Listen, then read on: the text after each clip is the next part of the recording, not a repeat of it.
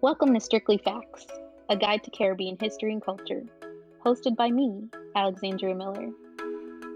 Strictly Facts teaches the history, politics, and activism of the Caribbean and connects these themes to contemporary music and popular culture.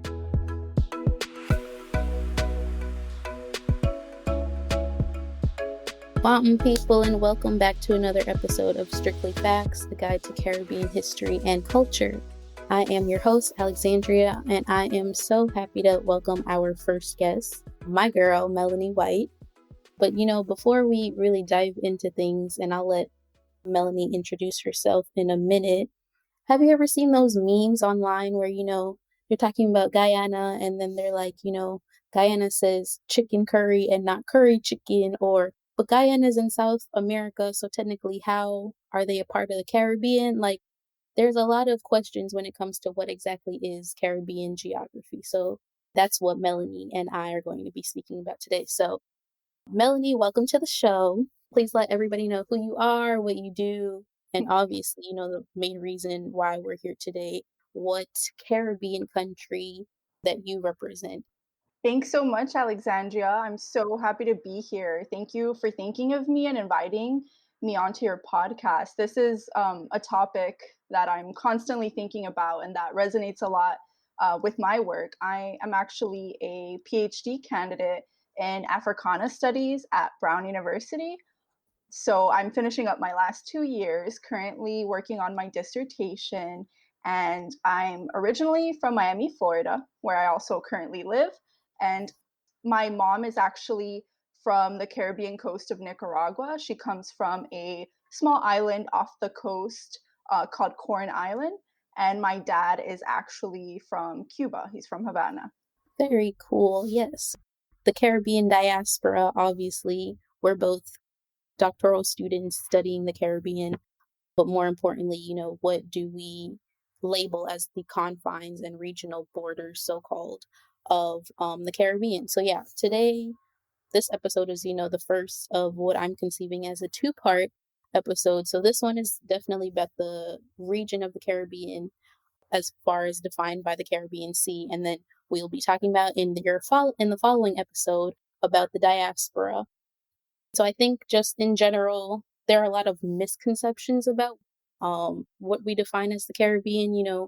Do people think of it as islands? Do people think of it as what are the, maybe independent countries? Because there are still places that are also territories. So I guess we can just start off with, some quote unquote like geographic facts and stuff. So, the Caribbean on a whole is made up of hundreds of islands and countries, cays, nations. It's a mix of everything that are, for the most part, defined by its proximity to the Caribbean Sea. And so, most of those hundreds of islands are inhabited, but then there are kind of the greater Antilles, which include independent nations like Cuba, Jamaica, Haiti, and DR, which, Haiti and DR are part of Hispaniola. So another key fact here when we're thinking of Caribbean geography. And then you have the Lesser Antilles, which are, that kind of arc of states, nations, islands that are north of South America. So some are independent, some are still territories. And then, when you think of the Lesser Antilles, it can also be further broken down into the Leeward Islands, which includes like the US and British Virgin Islands, Guadeloupe, St. Kitts and Nevis. And then you have the Windward Islands, which are St. Vincent and the Grenadines, Dominica. So, there's a kind of array of a lot of things, including also the Leeward Antilles, which is Aruba, Bonaire, Curacao. And then lastly, you can't forget the weird arc that is Turks and Caicos and the Bahamas, which are to the east of Florida. So there's a bunch of things when it comes to kind of defining what is the Caribbean. But then, if you think of something like CARICOM, which for those who aren't familiar, CARICOM is, I guess you can maybe, make the analogy to like the EU or what we, used to think of as the EU. But CARICOM is also the acronym for Caribbean Community, which is the regional community or union amongst Caribbean nations, island states. And so, members of CARICOM are, Cuba, Jamaica, etc. But then you also have states like Belize and Guyana and Suriname that are also part of the Caribbean community. So it's like, how does that, even come into play? And so I guess with that, Melanie, we'll start with what are some of your misconceptions, or what were some of your misconceptions of the Caribbean growing up? How and where did you learn this? Yeah, thank you so much for that overview. That was really good. I feel like growing up, I didn't receive any kind of education about what constituted the Caribbean. Also, growing up, I called it Caribbean. I don't know. There's like apparently a debate about whether it's Caribbean or Caribbean. Growing up, I called it Caribbean, but then like once I went to like university and like grad school, I've kind of like switched over to calling it Caribbean. I'm not sure how that happened. So growing up, I guess like a lot of people who were living in the diaspora who did not grow up or weren't born in the Caribbean. For me, it was what we saw on TV, a place very tropical, lots of beaches, tourism heavy, just like kind of like pristine paradises that were like little known or little explored. These are all these images that we kind of see growing up. And also being from Miami, I kind of, was around a lot of Cubans, Puerto Ricans. There's a lot of Haitians in Miami. There's Bahamians in Miami. And Miami's like history, is very intertwined with like Caribbean people and Caribbean migration. So I kind of also had that sort of like historical context. But most of what I knew was, I guess, like based off of like what I saw on TV, and then also like my own personal family background. Growing up, I didn't exactly know what Corn Island was. I was like, why have none of my friends heard about this place? My family's black, though. My family speaks similarly to the way that I think Jamaicans speak. So it was kind of an introduction in that way. So I kind of had this like early introduction or idea around the fact that like migrations happened, and somehow like people who were Jamaican were like my family, or my family was like Jamaicans. So I knew that something had happened historically, but I had no kind of formal education around it.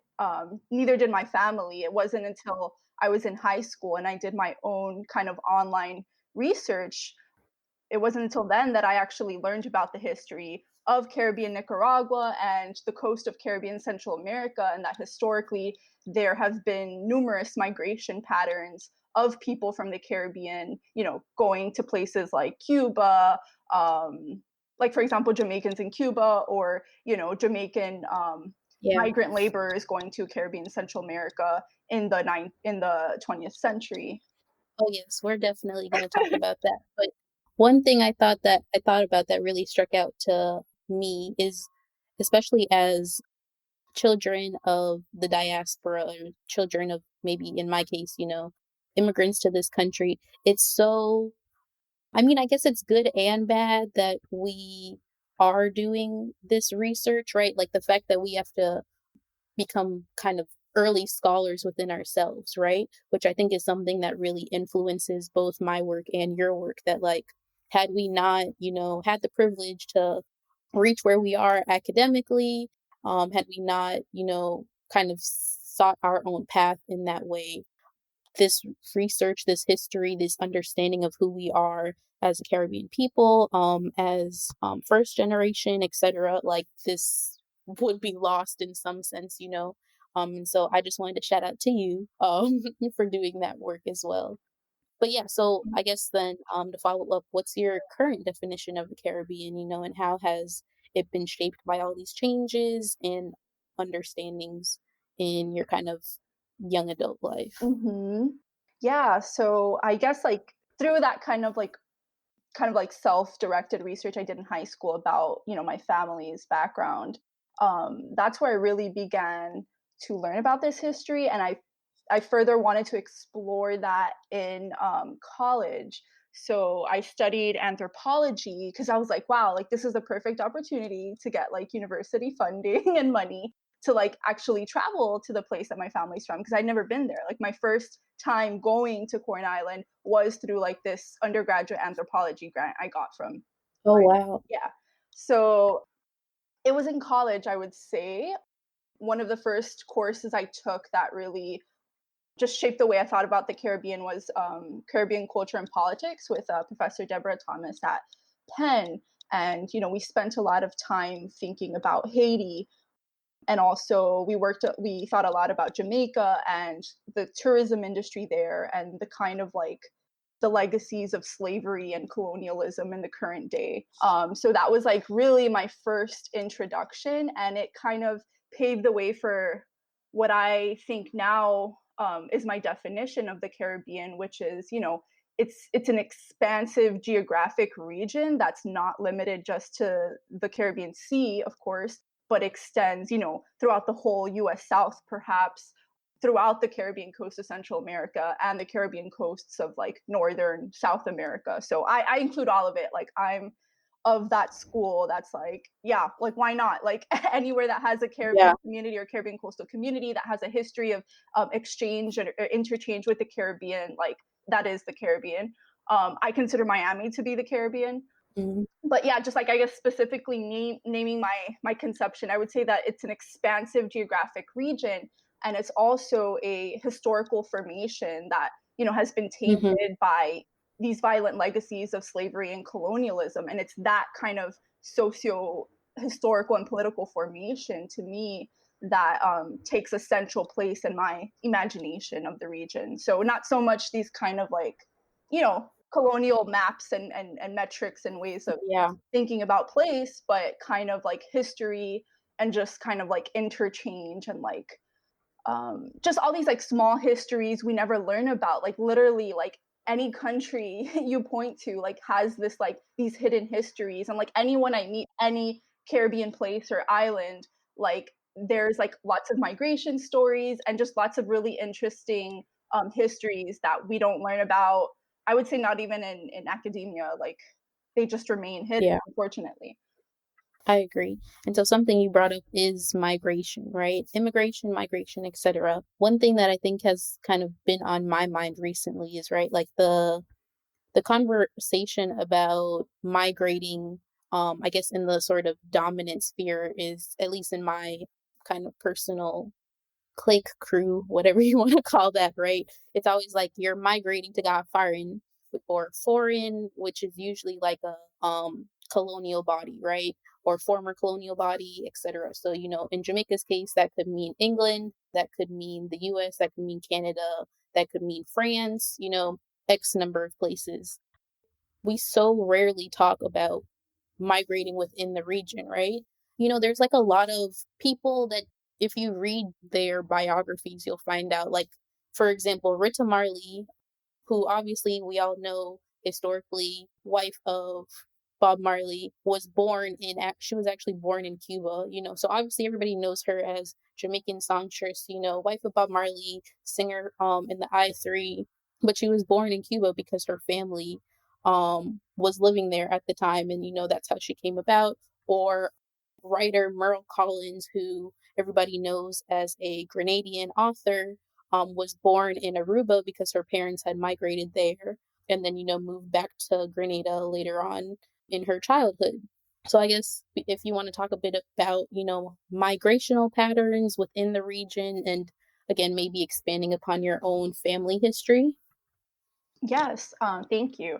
Yeah, no, that's really interesting. I actually didn't know until recently that Rita Marley was born in Cuba. I see that she was born in Santiago de Cuba, which makes me think like perhaps her parents were working in the sugar industry. I mean, that's probably most likely, but I couldn't find more information about like her familial, what do you call it? Like, Yeah, yeah, lineage. lineage or like what they were doing in Cuba, but that's really interesting. And I think it also brings light to the fact that like even within, you know, African American history or these kind of like key figures, black feminist figures like Audre Lorde, for example, who we tend to think of as like, you know, US based or, you know, black US Yeah. figures, a lot of them do have roots in the Caribbean. Audre Lorde, you know, her dad was Bayesian and her mom was Grenadian, and she does write about that, but we don't tend to like think of her in that light. So that's all very interesting to me as well. Yeah, and in my own family history, my paternal grandmother, her mother was of Haitian descent. Unfortunately, Mm, I don't know too much about that history. I do know there's a lot of Haitians in Cuba though. And so like my own family lineage has this like story yeah. that I need to like do more uncovering for. Mhm. And then like within my mom's side of the family, my grandmother, for example, she's from Corn Island, Nicaragua, but her dad was working in the Panama Canal Zone. So at the Mm, time, you know, my grandmother was born in Colon, Panama.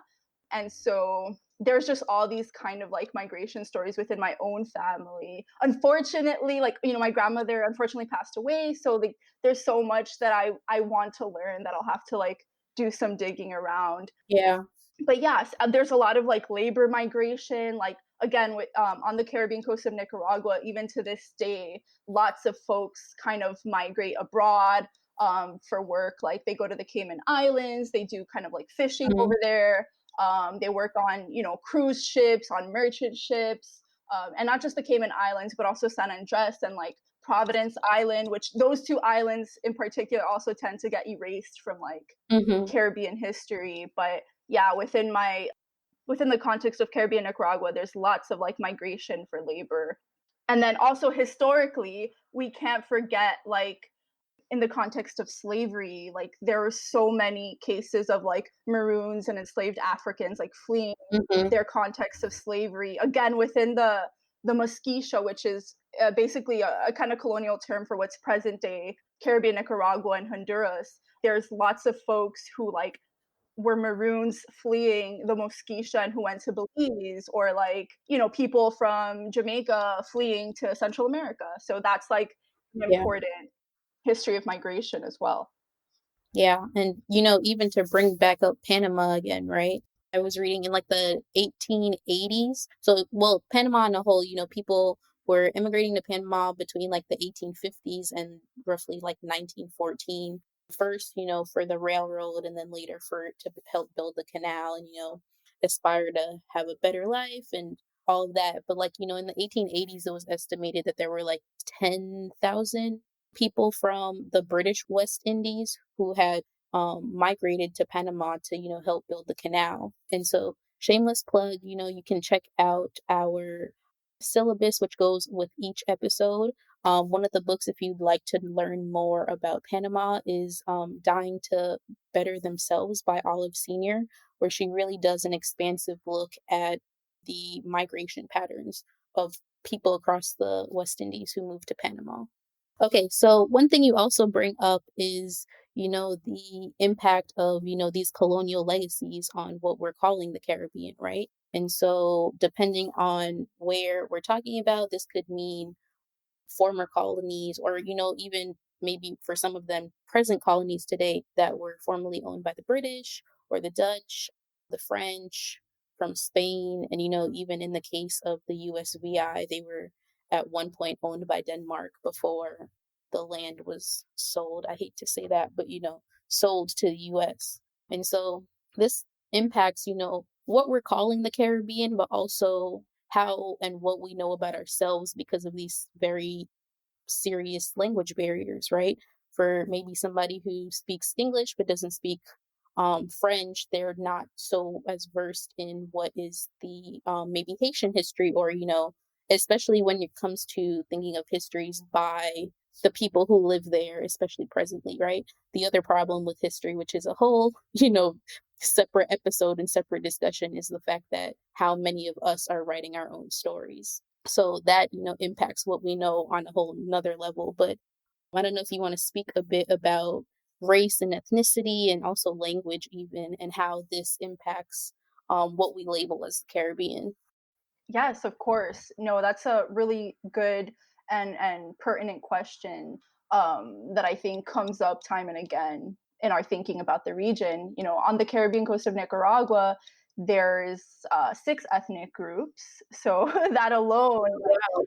there's Yeah. yeah, there's two Black or Afro descendant groups. They're called one is called Creoles, and then the other is called the Garifuna. And then there's the indigenous group of the Rama, the Miskito, and also the Mayangna.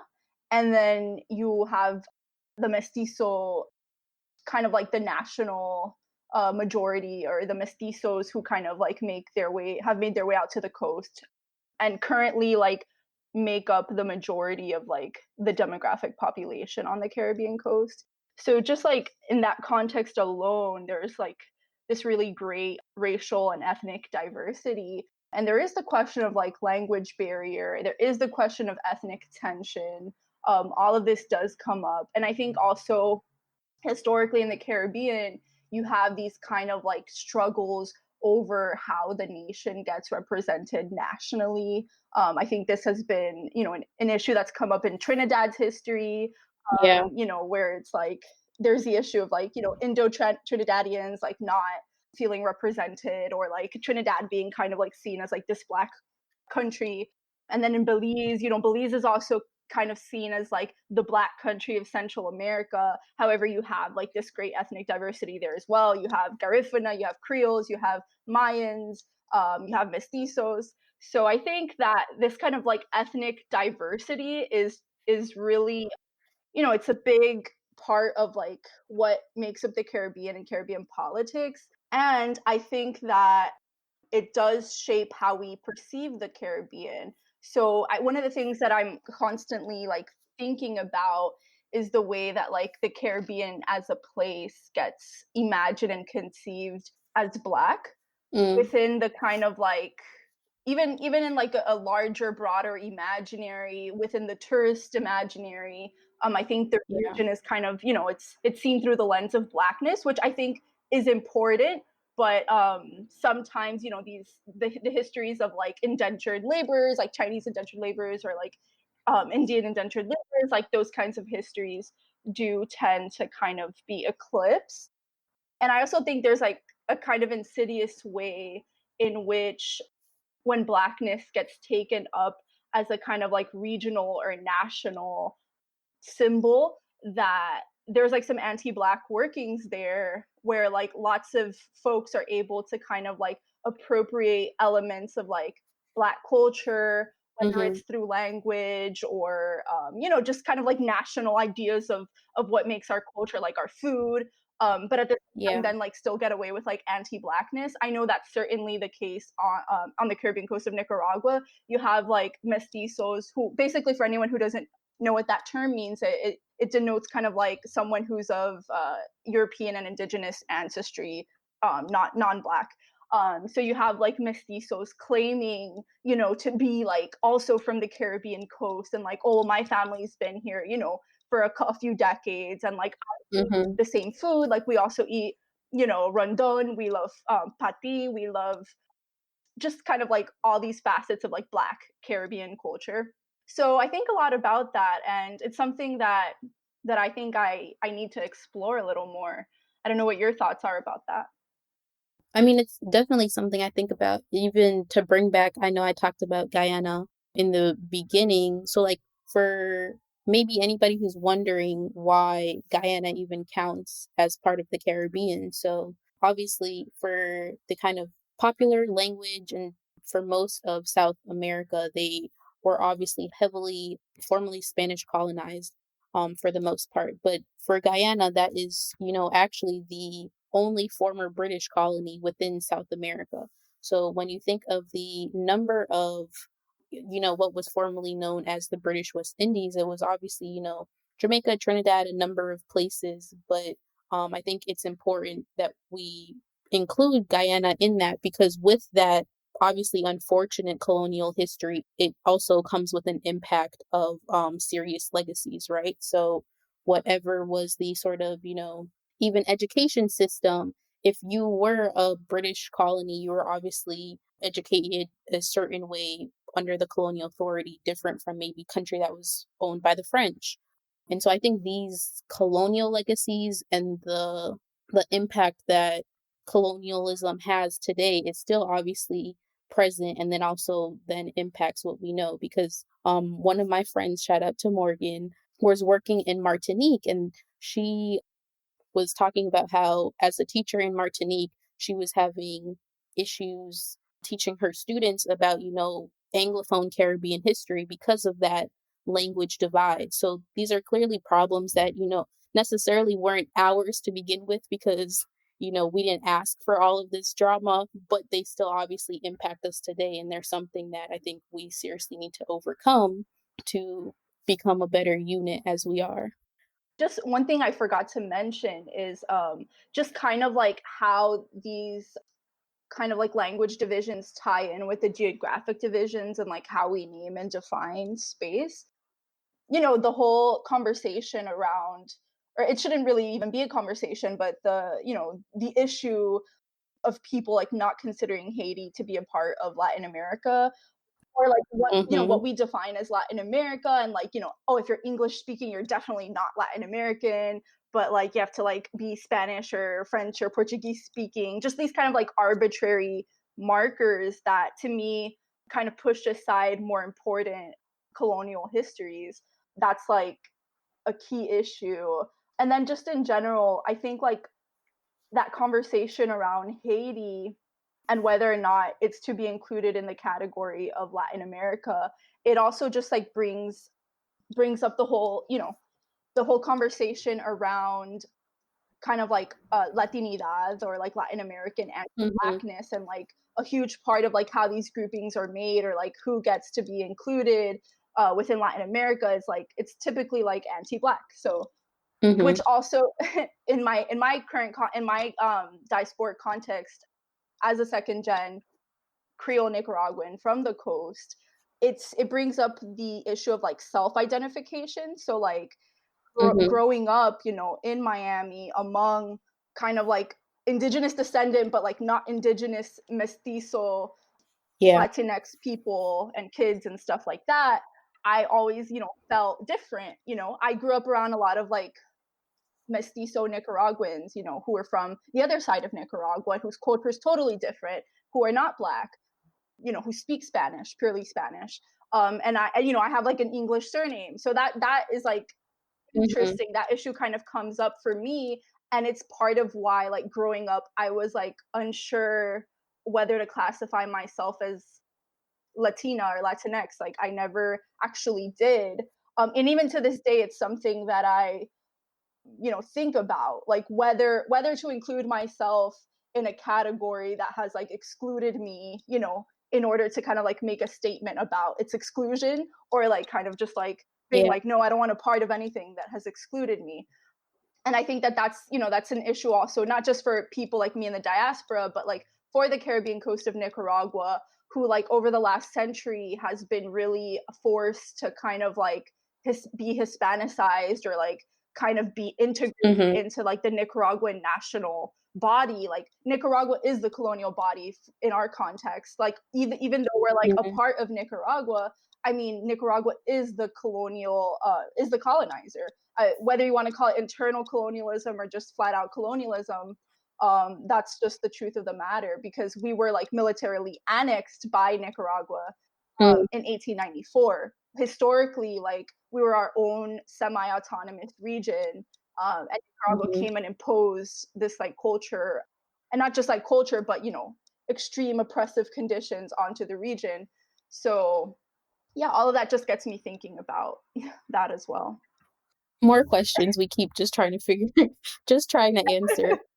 So, one really arbitrary question is how we label the Caribbean, especially in terms of thinking of Latin America and, the Spanish speaking and obviously language borders. So, what's your kind of take on the Caribbean versus Latin America, and what countries are part of the Caribbean and Latin America, etc.? It's a big toss up. Yeah, no, that's a great question. I think in large part, it's really up to the person that's defining the region. I think also a lot of that is dependent on one's kind of like political position, or the way one kind of like thinks about the kind of social, historical, and political construction of the Caribbean. I think for one, a lot of that has to do with anti-blackness, which is something we've seen in the way that like Haiti gets taken up or is excluded from the kind of like Latin American grouping. But yeah, I think in general, you know, there's like the camp of people who are like Latin America and the Caribbean, and then you also have people who are like the Caribbean is Latin America and Latin America is the Caribbean. So it's really up to the person, I think. It also, for me, brings up the question and the impact of sugar, right? So, for a lot of places that were former colonies, and, maybe even today are staples of certain economies and cultures, the impact of sugar on what we call the Caribbean. So, a Trinidadian scholar, Lloyd Best, in his 1967 report called the Independent Thought in Caribbean Freedom, he talks about what he labels the Caribbean as plantation America. And so, for the Caribbean, sugar was one of our major exports, which, then spills into rum, etc., as part of the transatlantic slave trade. But he cites sugar cane production as central to the definition of the Caribbean and its economic, social, and cultural, and even political development.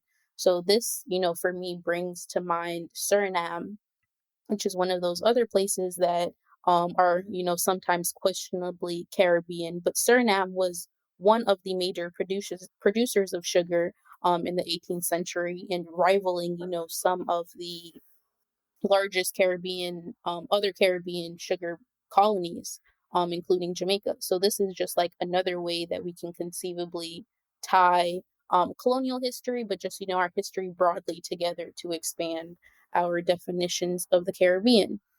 So, these were a lot of questions. We probably have more questions than answers going forward, Mhm. which is okay because, we're still figuring things out. But I think something that I wanted you to, definitely have space to do was talk more about how this is playing out in your own research on Nicaragua.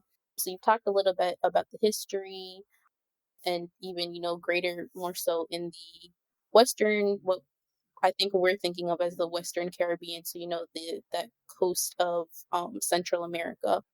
So talk a bit to us about your research and these questions and what you're kind of conceiving going forward because I'm excited for the dis, or as we would say dissertation. Sorry. For the I'm disc, excited for the that works. dissertation to drop. Yeah. I'm waiting for it. I'm waiting for it. So let us know. Thank you.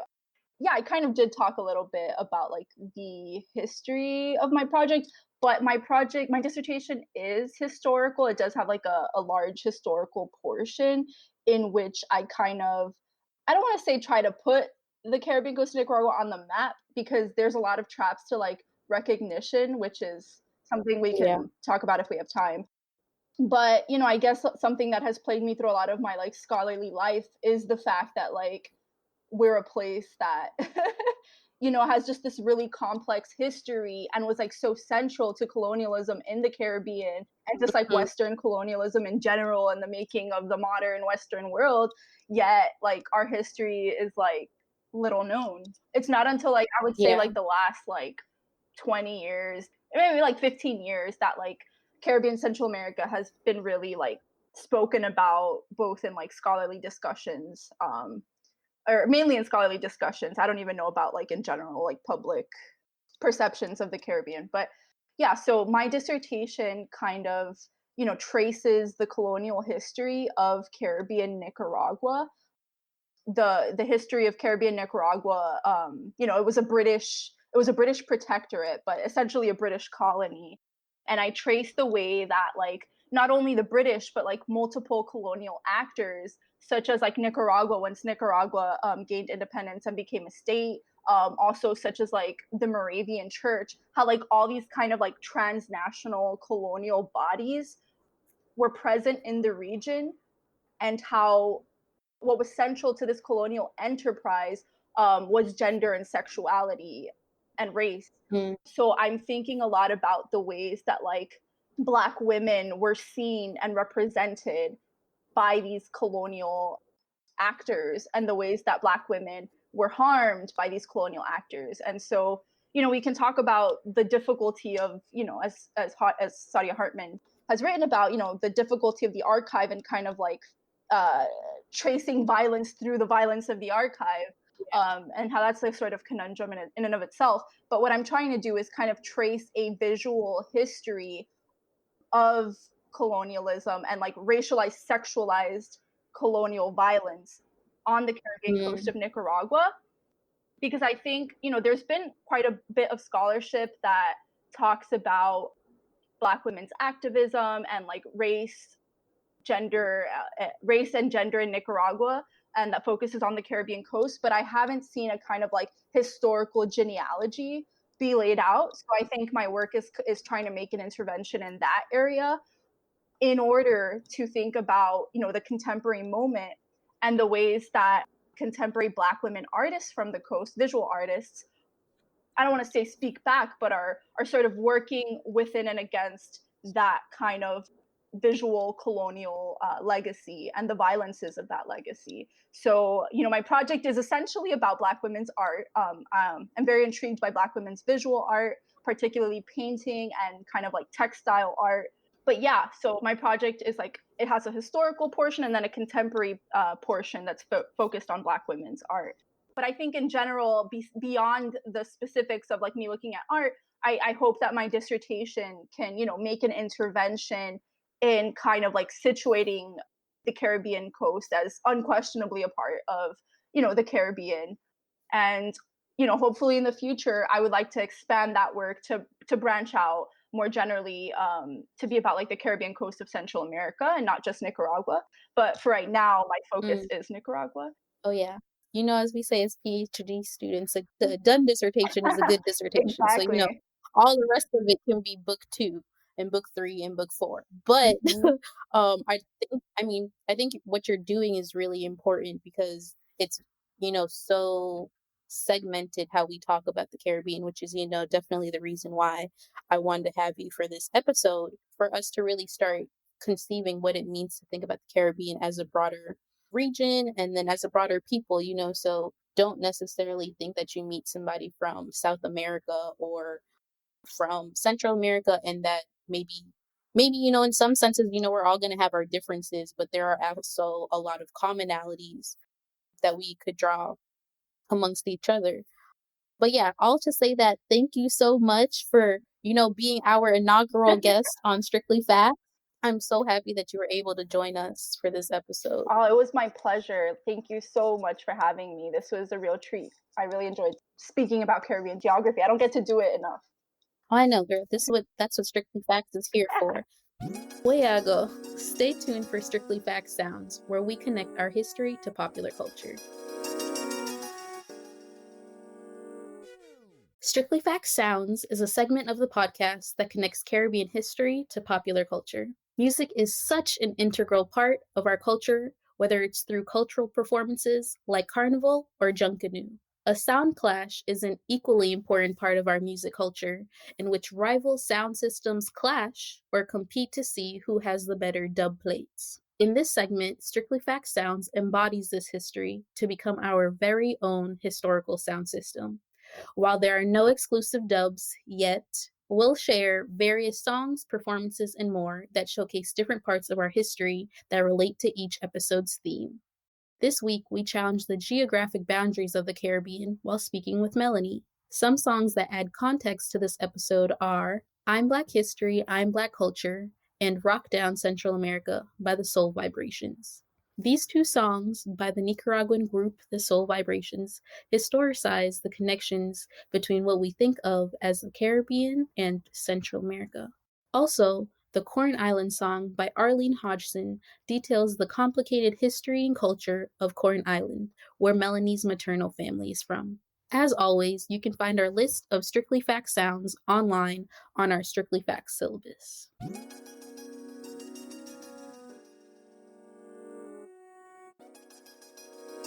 Guys, the conversation never ends.